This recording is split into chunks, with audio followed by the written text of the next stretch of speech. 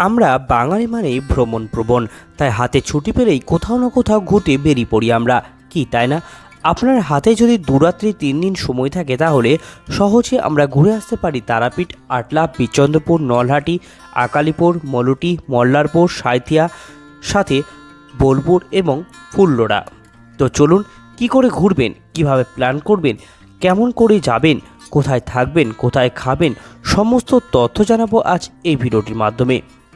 তবে চেষ্টা করবেন কোথাও যাতে অযথা সময় নষ্ট না হয়। তাহলে চলুন আজ এই পর্ব আমরা স্টার্ট করি। তবে তার আগে আপনি যদি আমার এই ছোট্ট চ্যানেলে নতুন হয়ে থাকেন তাহলে অবশ্যই চ্যানেলটিকে সাবস্ক্রাইব করে নেবেন।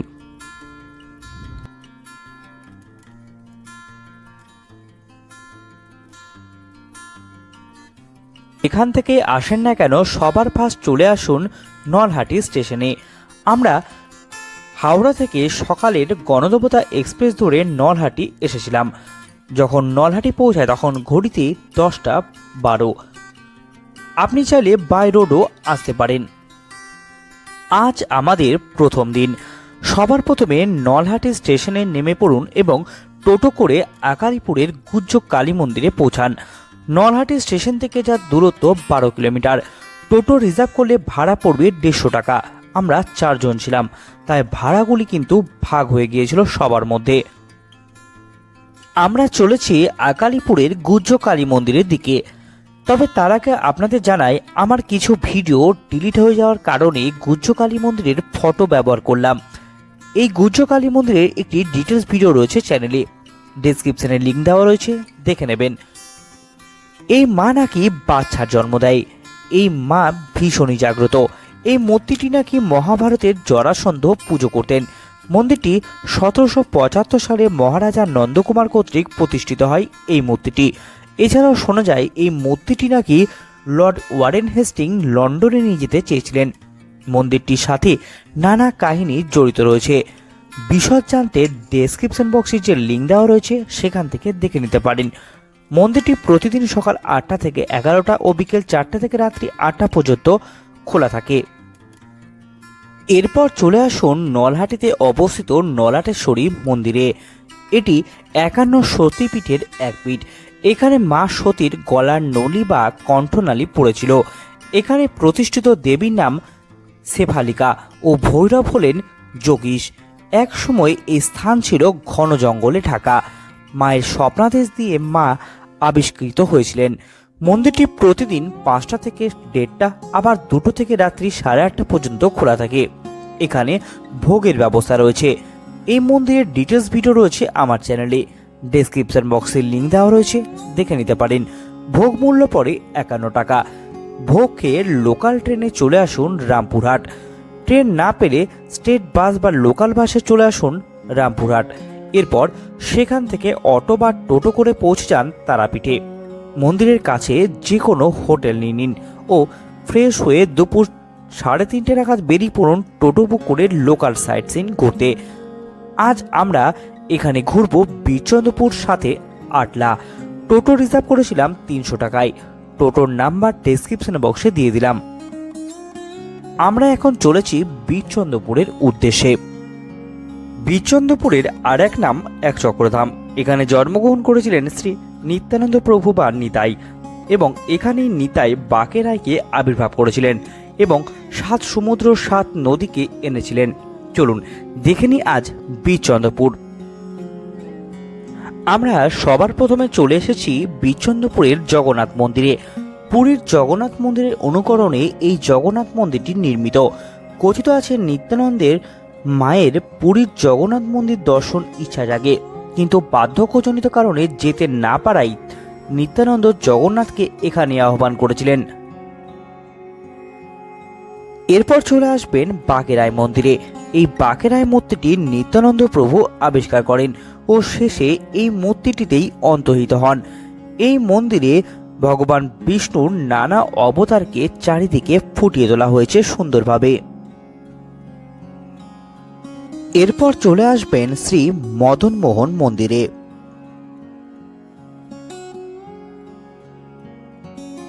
এরপর চলে আসুন কদম্বখণ্ডী মন্দিরে। এখানে নিতাই খেলা করতেন। এরপরে চলে আসুন ইসকন মন্দিরে। এখানে ভোগ খাবার ব্যবস্থা আছে এবং থাকার জন্য রুমেরও ব্যবস্থা রয়েছে। আপনি চাইলে এখানেও থাকতে পারেন এবং তারাপীঠেও থাকতে পারেন। এই ইসকন মন্দিরটি মায়াপুরের ইসকন মন্দির দ্বারা পরিচালিত। এরপর চলে আসবেন নিতাই বাড়িতে। এই স্থানে জন্মগ্রহণ করেছিলেন শ্রী নিত্যানন্দ প্রভু। যে জায়গায় নিত্যানন্দ প্রভু জন্মগ্রহণ করেছিলেন সেই জায়গাটি শ্রুতিকা গৃহ নামে পরিচিত। এই মন্দিরটি অনেক বড় এবং এখানে ভোগ পাবার ব্যবস্থা রয়েছে। আপনি চাইলে এখানে ভোগ গ্রহণ করতে পারেন। এরপর চলে আসুন গৌড়ীয় মঠে। এটি চৈতন্য সরস্বত কৃষ্ণ অনুশীলন সংঘ নামে পরিচিত। এখানে নিতাই ও গৌড়ের বড় বিগ্রহ দেখতে পাবেন। এরপর চলে আসুন হাঁটুগোড়াতে।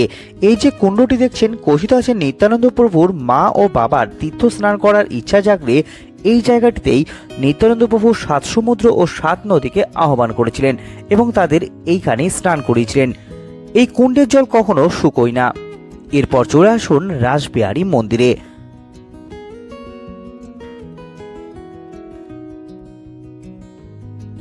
এরপর চলে আসুন পাণ্ডবদের অজ্ঞাতবাসের জায়গা দেখতে।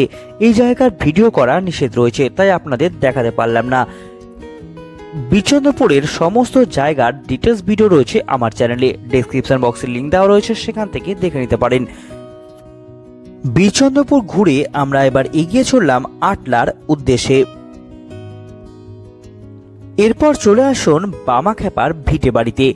কথিত আছে এই গৃহে জন্মগ্রহণ করেছিলেন সাধক বামাখ্যাপা। এর পাশে রয়েছে স্মৃতি মন্দির এবং তার পাশে রয়েছে বামাখ্যাপার প্রথম সাধন ক্ষেত্র, যেখানে বড় মায়ের দর্শন পেয়েছিলেন বামাখ্যাপা। এছাড়াও আরো কয়েকটি মন্দির এখানে দেখতে পাবেন।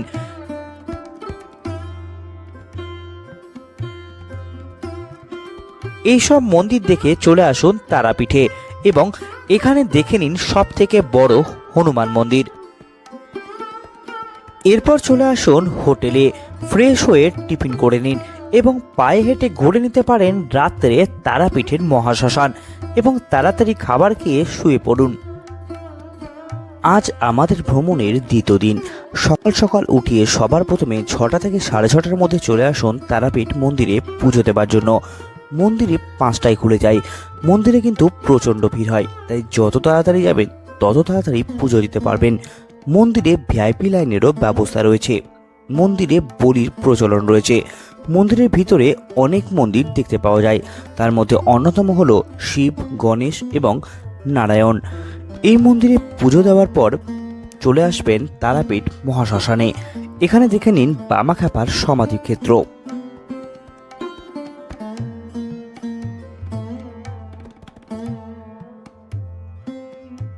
এরপর টিফিন করে নিন ও একটি গাড়ি বা অটো বুক করে নিন এবং হোটেল ছেড়ে দিন। আমাদের হোটেল ভাড়া পড়েছিল 1500 টাকা। তারাপীঠের মন্দিরের পাশেই ছিল আমাদের হোটেল। এরপর একটি 4 চাকা তারাপীঠ থেকে বুক করেছিলাম। গাড়ি আমাদের মৌলটি, মল্লারপুর, সাঁইথিয়া ঘুরিয়ে সিউড়ি ড্রপ করেছিল। সেই রাত আমরা সিউড়িতেই কাটিয়েছিলাম, যার ভাড়া পড়েছিল 2500 টাকা। মালটির ভিডিওর বদলে আমি ফটো ব্যবহার করেছি, কারণ কিছু ভিডিও আমার ডিলিট হয়ে গেছে। এই জায়গার ডিটেলস ভিডিও রয়েছে আমার চ্যানেলের ডেসক্রিপশনে, লিঙ্ক দেওয়া রয়েছে, দেখে নিতে পারেন। বাংলা ও ঝাড়খণ্ড সীমানায় অবস্থিত মালটি গ্রাম, আর সেখানে রয়েছে তারামায়ের বড় বোন মৌলিকা। এটি মৌলিকা মায়ের মন্দির। 1857 সাল নাগাদ সাধক বামাখ্যাপা এখানে আসেন। একচালা ধরহীনভাবে একটি মন্দির রয়েছে। মন্দিরের আশেপাশে পুরো গ্রামে 108টি শিব মন্দির রয়েছে, যা নির্মাণ করেছিলেন রাজা বসন্ত। এই মন্দিরটি খুবই জাগ্রত। মূলটি গ্রামের আনাচে কানাচে প্রায় 70 থেকে 80টি মন্দির রয়েছে শিব মন্দির, বাকিগুলি ধ্বংস হয়ে গেছে। এই জায়গা ঘুরে চলে আসুন মল্লারপুর। আমরা চলে এসেছি মল্লারপুরের জাগ্রত শিব মন্দিরে। এই মন্দিরে দেখতে পাবেন কৃষ্ণানন্দ আগমবাসীর জীবন্ত সমাধিক্ষেত্র। শিব মন্দিরটি 4 চালা শৈলীতে নির্মিত এবং পোড়ামাটির কাজ ব্যবহার করা হয়েছে। মন্দিরটি 1192 খ্রিস্টাব্দে নির্মিত হয়। মন্দিরের ভিতরে বিশাল নাট মন্দিরও দেখতে পাবেন। এইখানে যে মায়ের মূর্তিটি দেখছেন, এটিকে তারা মায়ের মেজ বোন হিসাবে ডাকা হয়। মল্লারপুর ঘুরে চলে আসুন সাঁইথিয়াতে। সাঁইথিয়া আসার আগে সবার প্রথমে দেখে নিন রাধা গোবিন্দ মন্দির। সাঁইথিয়ার রাধা গোবিন্দ মন্দিরটি নবনির্মিত। এই মন্দিরে রাধা ও কৃষ্ণকে সমর্পিত। মন্দিরের উপরে ছাদে প্রচুর ফুল গাছ দেখতে পাবেন। মন্দিরে ভোগেরও ব্যবস্থা রয়েছে। এরপর চলে আসুন সাঁইথিয়ায় অবস্থিত নন্দকেশ্বরী সতীপীঠে। এই সতীপীঠটি 51 সতীপীঠের অন্যতম। এই সতীপীঠে সতী মায়ের কণ্ঠহার পড়েছিল। মন্দিরের ভিতরে হনুমান, গণেশ, শিব, বিষ্ণু নানা মন্দির দেখতে পাবেন। মন্দিরে ভোগের ব্যবস্থা রয়েছে। মন্দিরটি 1913 সালে নির্মাণ করা হয়। এটি সকাল 6টা থেকে রাত্রি 10টা পর্যন্ত খোলা থাকে। এই মন্দিরের বাইরে দেখতে পাবেন জগন্নাথ মন্দির। এই জগন্নাথ মন্দিরটি সকাল 6টা থেকে 1টা ও বিকেল 4টা থেকে রাত্রি 8টা পর্যন্ত খোলা থাকে। এরপরে চলে আসুন লাভপুরে, যেখানে রয়েছে 51 সতীপীঠের এক পীঠ মা ফুল্লরা সতীপীঠ। এখানে সতী মায়ের নিচের ঠোঁটের অংশ পড়েছিল। এখানে কোনো বিগ্রহ নেই। মা এখানে কচ্ছপের আকৃতি। মন্দিরের সামনেই রয়েছে একটি বিশাল পুকুর। কথিত আছে শ্রী রামচন্দ্রের অকালবোধনের সময় 106টি পদ্ম ফুলের প্রয়োজন ছিল। তখন এখান থেকেই ফুল তোলা হয়েছিল। মন্দিরটি ভীষণই জাগ্রত। মন্দিরে ভোগের ব্যবস্থা রয়েছে। মন্দিরটি খোলা থাকে সকাল 5:30 থেকে রাত্রি 10টা পর্যন্ত। এই মন্দিরের পাশেই রয়েছে তারাশঙ্কর বন্দ্যোপাধ্যায়ের জন্মস্থান, যেটি সোমবার বাদে প্রতিদিন সকাল 11টা থেকে বিকেল 5টা পর্যন্ত খোলা থাকে। সেটিও দর্শন করে নেবেন। এরপর চলে আসুন বোলপুরে, এবং আজ নাইট স্টে করব আমরা বোলপুরেই। আমরা ছিলাম চৈত্রী লজে। ভাড়া পড়েছিল 1500 টাকা। দুপুর 3:30 নাগাদ আমরা বেরিয়ে পড়েছিলাম একটা টোটো বুক করে লোকাল সাইট সিন ঘুরতে। টোটো ভাড়া পড়েছিল 400 টাকা। সেদিন আমরা বিশ্বভারতী ক্যাম্পাস, কলা ভবন, মিউজিয়াম এবং আশেপাশে জায়গা ঘুরে চলে এসেছিলাম সোনাঝুরি হাটে। আমরা যখন সোনাঝুরি গিয়েছিলাম প্রায় 5:30 বেজে গেছে। যেহেতু গরমকাল ছিল অসুবিধা হয়নি। এখানে অনেকক্ষণ টাইম কাটিয়েছিলাম আমরা। এরপর হোটেলে ফিরে আসি এবং আগে থেকে গাড়ি একটা আমরা বুক করে রাখি, যে গাড়িতে আমরা পরের দিন অন্যান্য জায়গা ঘুরে আবার স্টেশন ড্রপ করার কথা ছিল, যার ভাড়া পড়েছিল 2500 টাকা। সবার প্রথমে একদম সকাল সকাল বেরিয়ে পড়ুন কঙ্কালীতলা সতীপীঠের উদ্দেশ্যে। এখানে আমরা পুজো দিয়েছিলাম সকাল 7টা নাগাদ। সকাল 6টা থেকে রাত্রি 9টা পর্যন্ত এই মন্দিরটি খোলা থাকে। মন্দিরে ভোগের ব্যবস্থা রয়েছে। এই মন্দিরের প্রধান আকর্ষণ হলো এই কুণ্ডটি। কথিত রয়েছে সতী মায়ের কঙ্কাল নাকি স্বয়ং মহাদেব এখানে পুঁতে দিয়েছিলেন। এরপর আমরা প্রকৃতিকে অনুভব করতে করতে চলে এসেছিলাম ইলামবাজার ফরেস্টের মধ্যে দিয়ে অনেকটা পথ, এবং আমরা এসে পৌঁছাই আমাদের পরবর্তী গন্তব্যে। এরপর আমরা চলে এসেছিলাম কালিকাপুর জমিদার বাড়িতে। জমিদার বাড়ি প্রবেশের সামনেই পড়বে জোড়া দুটি টেরাকোটা শিব মন্দির। 400 বছরের পুরনো এই জমিদার বাড়ি। এটি নির্মাণ করেন পরমানন্দ রায়। এই বাড়িতে আজও প্রতি বছর দুর্গাপুজো অনুষ্ঠিত হয়। এই জমিদার বাড়িতে বহু মুভির শুটিং হয়েছে। এরপর চলে আসুন রায়পুর রাজবাড়িতে। প্রায় 300 বছরের প্রাচীন 3 মহলা একটি ভগ্নপ্রায় প্রাসাদ, যা আজও দাঁড়িয়ে রয়েছে। বর্তমানে এই জায়গাটি প্রায় ধ্বংসের মুখে। তবুও প্রত্যেক দিন বহু পর্যটক আসেন এই জায়গা দর্শনে। এখানে বিভিন্ন বাংলা মুভি শুটিং হয়েছে। এরপরে চলে আসুন সুরুল রাজবাড়িতে। এই রাজবাড়িটি সংস্কার করার জন্য আজও পর্যন্ত ভালো রয়েছে। এখানে আজও প্রতি বছর দুর্গাপুজো অনুষ্ঠিত হয়। এরপর চলে আসুন বোলপুরের অন্যতম পবিত্র স্থান ডাঙ্গাল কালী মন্দিরে। একদম বোলপুর স্টেশনের পাশে অবস্থিত এই মন্দিরটি। এখানকার মা ভীষণই জাগ্রত। এরপর চলে আসুন সৃজনী শিল্পগ্রাম দেখতে। এই জায়গাটি 9:30 থেকে 5টা পর্যন্ত খোলা থাকে প্রতিদিন।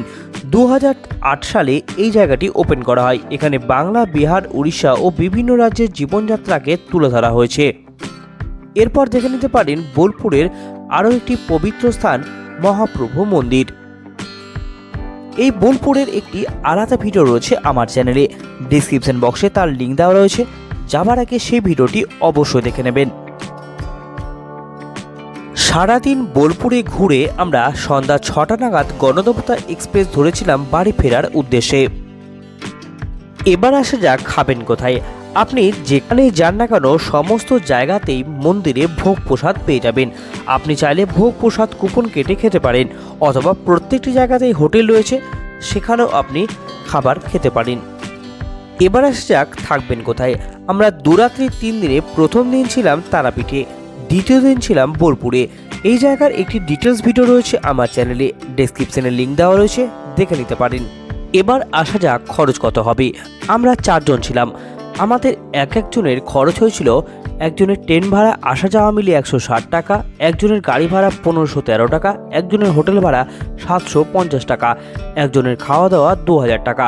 এর মধ্যে গাড়ি আর হোটেল ভাড়াটা আমরা 4 জন ছিলাম যেহেতু, তাই আমাদের 4 জনের মধ্যে ভাগ হয়ে গিয়েছিল, অর্থাৎ টোটাল খরচ 4423 টাকা, অ্যাপ্রক্স ধরতে গেলে 4500 টাকা।